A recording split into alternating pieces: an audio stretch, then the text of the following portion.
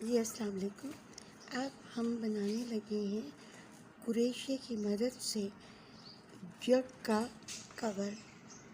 गाँव में ये बड़ी एक ट्रेडिशन है, एक खूबसूरती है कि जग और गिलास उनको किसी खूबसूरत चीज़ से कवर करके रखा जाता है।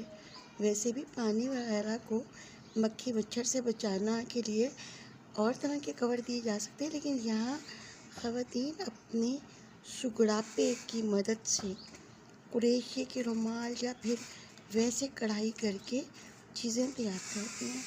ये देखिए, हमने 10 चेन बनाई और 10 चेन से हमने ये एक दायरा बनाया है।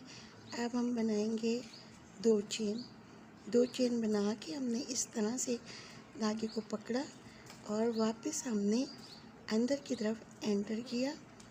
अब हम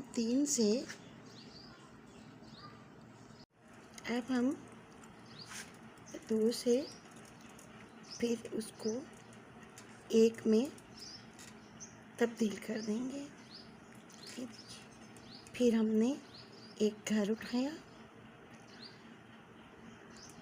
और ये बात याद रखें, कभी भी धागा अटकने की सूरत में दिल बर्दाश्त ना हो, बल्कि काम को दोबारा से दिल जमी से आप शुरू करें।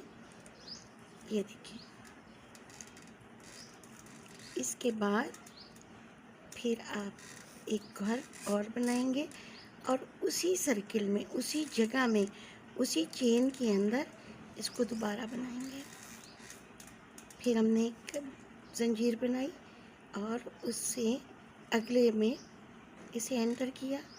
अब फिर 3 से 2 इनके दरमियान फिर हमने गैप डाला और अगेन उसी पॉइंट पे हमने काम किया। तो ये इस तरह से हम इसको लेके चलेंगे। पहले हम एक राउंड कंप्लीट करेंगे और फिर उससे आगे काम करेंगे।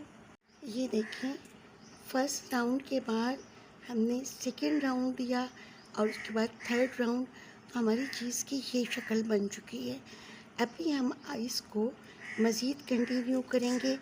2 चेन्स बनाई, 2 चेन्स बना के दोबारा हमने धागा उठाया, पहले वाले होल में एंटर किया, 2 से 1 किया, फिर एक जंजीर बनाई, दोबारा उसी होल में एंटर किया। इस तरह से फिर एक जंजीर लेके अब हम नेक्स्ट ब्लॉक में गए, ठीक है।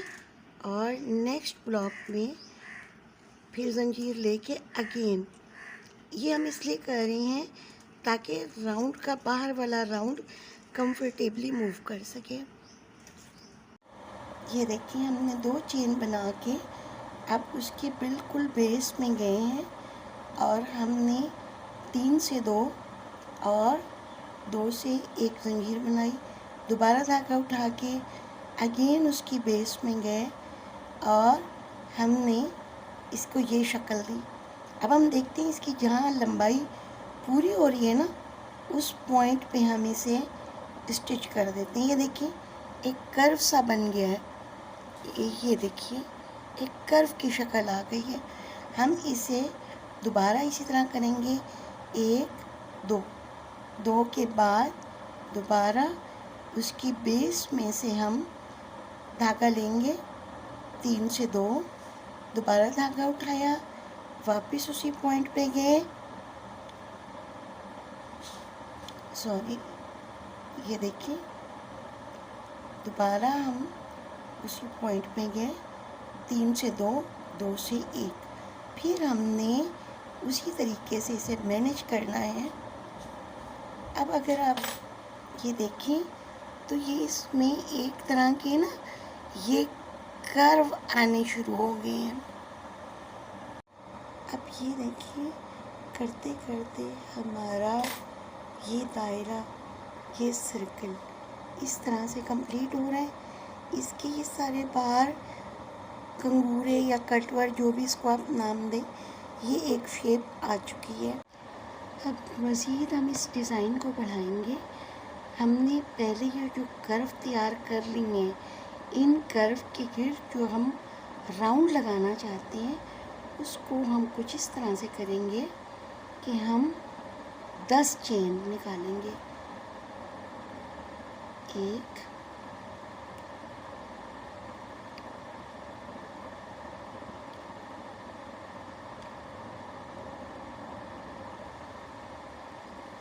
अब डिज़ाइन को हमारी मज़ीद आगे बढ़ाते हैं। हमने ये जो कर्व बने हुए हैं इनको मज़ीद डेकोर करने के लिए ये तरीका करेंगे कि 10 चेन बनाएंगे। 1, 2, 3, 4, 5, 6, 7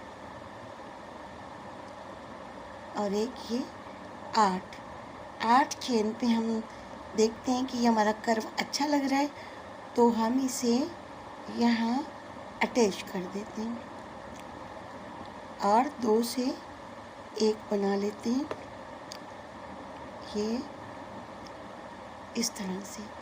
तो अभी आप देखें कि थोड़ी सी इसकी ये शक्ल हो जाएगी कि अब अगले स्टेप की डिज़ाइनिंग हम इस तरह कर रहे हैं कि हमने ये पहले ज़ंजीरें बनाई हैं, इन पे हम काम करेंगे इस तरह से।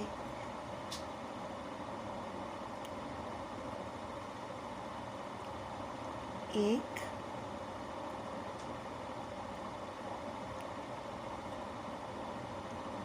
2, 3,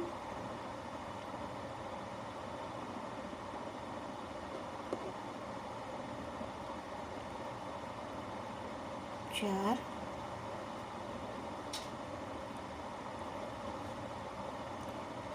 5 और लास्ट को इस तरह लेंगे 6।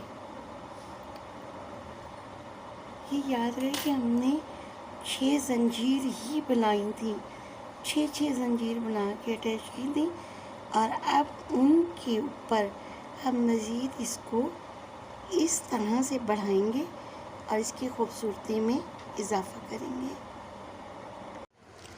तमाम जंजीर के ऊपर से ये चीज़ बनाते हुए हमारे राउंड ने ये शक्ल अख्तियार कर ली है और इसका साइज़ भी बढ़ गया है। अब हम इससे अगला स्टेप करते हैं। अब अगले मरहले में हम 10 चेन लेंगे। 1, 2, 3, 4, 5, 6, 7 और एक 8, बल्कि 8 ही काफ़ी हैं और हम हर कर्व के सेंटर से इसे अटैच करते जाएंगे और इस तरह करते हुए हम पूरा राउंड कंप्लीट करेंगे। अब इसके लास्ट स्टेप के बाद हमने ये धागे के कुछ पीसेस कट कर लिए हैं और 4 धागे उठाकर इसे इस तरह से अटैच किया जाएगा। इसे आप टसल कह सकते हैं और यहाँ की ज़बान में इसे फुम्मण कहा जाता है। ये देखिए, ये हमने 4 धागे के पीसेस लिए, इनको डबल किया, डबल करके इसकी उल्टी साइड से एंटर किया है और इसकी सेंटर से इन चारों का जो सेंटर है उसमें से हम इसे आउट कर लेंगे। ज़ाहिर छोटे साइज़ के टसल्स हैं, छोटे साइज़ के फुम्मन हैं तो थोड़ा सा तवज्जो तलब है। अगर लंबे धागे हों तो आप उन्हें क्विकली मैनेज कर सकती हैं। आपको पता होगा जैसे बड़ा ड्रेस सीना इतना तवज्जो तलब नहीं होता जितना छोटे बच्चे के ड्रेस पे तवज्जो देनी पड़ती है। सेम बात यही है कि यहाँ पर अगर हमने बड़े टसल या बड़े फुम्मन लगाने हो तो वो इतनी देर नहीं लगाएंगे जितने कि ही हमारे छोटे फुम्मन या छोटे टसल। उसके बाद इन्हें कैंची की मदद से इक्वल कर लिया जाएगा। जब हम तमाम टेसल्स कंप्लीट कर लेंगे तो फिर हम इन्हें इक्वल कर देंगे। टेसल लगने के बाद हमारे रुमाल ने ये शक्ल अख्तियार कर ली है और इसकी खूबसूरती को सब चार चांद लग जाती हैं जब आप इसे इस रुमाल की मदद से पानी के गिलास को कवर करते हैं और यूँ मेहमान को घर की खातून के सुघड़ापे का एहसास होता है।